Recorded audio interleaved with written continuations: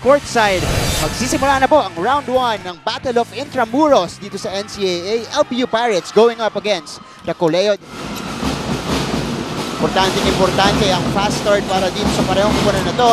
Pero Jerry Balanza showing us that he's alright, Mikey. Ito naman yung separation na kinrate doon nitong si Balanza. Yung sa LPU Pirates 12 seconds sa kanilang shot clock.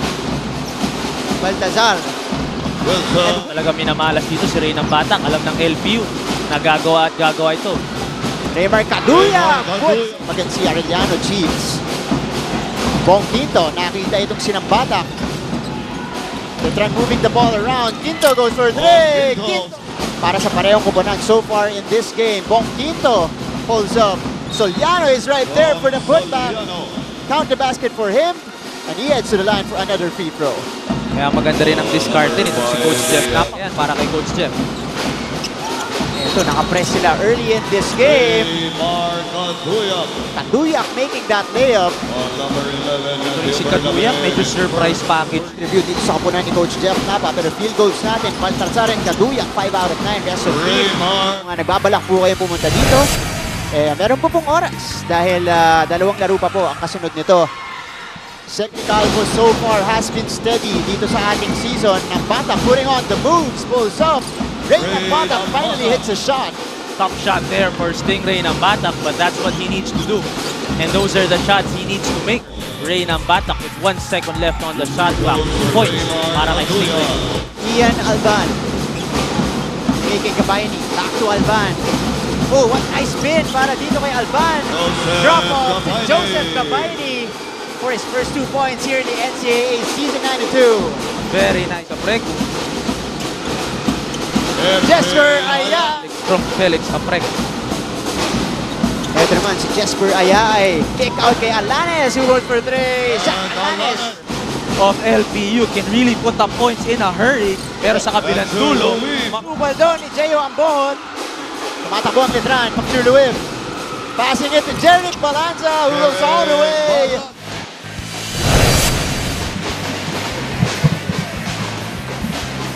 That lead to 8 points, or their lead to 8 points. 42-34, Luwib. Kanina pa nagpapamatay sunog itong si Pag-Sure Luwib. Every run ng LPU Pirates, pina-counter 3 niya. and underrated yung extra pass doon ni Bong. Baka dito, tapatan sila dito sa ating laro. 42-37. Bong Quinto with a strong move. And Bong Quinto puts it up and in. That fadeaway semi-hook worked wonders for Bong Quinto sa pagkakataon ngayon, especially against the Bigs. So, with 15 minutes left in this game. Abangan natin yan maya-maya. Pero Mike Harry putting on the moves. And he goes all the way for that 2. And if Mike Harry has an advantage, itong si Mike Harry all the way to the basket, wala ka na magagawa if you're Rambohot. In that bola para dito sa Pirates. Another mismatch dito, si Zuzu binabantay ni Bong Quinto and he knows it.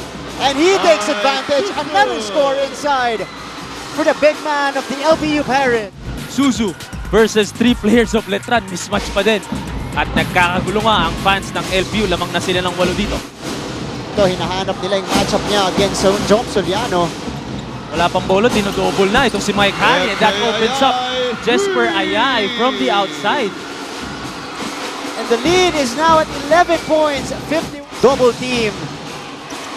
Na-open itong si Calvo. Kick out ulit dito kay Luwib. And Pag-Sure Luwib knocks down that 3-point bomb. Kanina pa mainit Calvo. Nice setup na naman sa kanyang kuya, Pag-Sure Luwib, for that long. Bill Kindly Center for the live coverage of the NCAA Season 92. We are live also on ABS-CBN Sports in Action. Ako si Martin Javier. Mike Perez, kasama po natin. Ito, tuloy ang aksyon dito sa NCAA. Baltazar! Big Calvo with the basketball. Oh, nice bind to Soliano, who scores underneath for the Letran Knights. Nice stitch there for JP Calvo. Pinadaan sa kilikili itong si Mike Zuzu for that easy basket. Para out to the whip. Ng Batak against Ayaay. Reynang Batak slices the defense and makes that circus layup.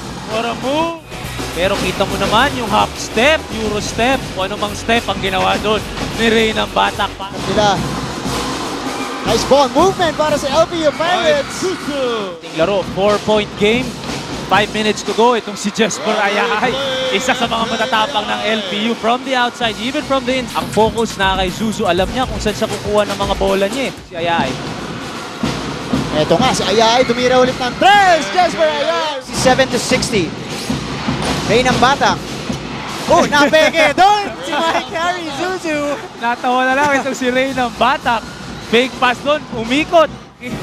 Naiwan doon si Mike Zuzu, hinahanap yung bola. Una-una, iniwan niya dito. With that shifty move, itong si Katuyak at parehas pala silang na-fake. Doon sa fake pass ni Ray ng Batak. So nice, we gotta see it thrice. Itong si Ray ng Batak with that undergo stop off. Itong defense ni Mike Zuzu at na-open doon si Felix Aprek pero sa kabilang dulo. Raymar yung Soliano, kahit sabihin mong nag-miss siya, na-open naman si Felix Aprek for the rebound sa kabilang dulo. Katuyak talaga nag-enjoy itong fans ng... Anything can happen. Habang pa rin ang anib ang LPU Pirates. They go to Mike Harry. Who puts it up and in? Mike Harry Zuzu. Another post move. And the drop step and the hard basket, the tough basket there for Mike. Hari ng ilalim, Zuzu. More importantly, that extends the lead to 8 points for the LPU Pirates. Calvo sees Ray. Open for the 3.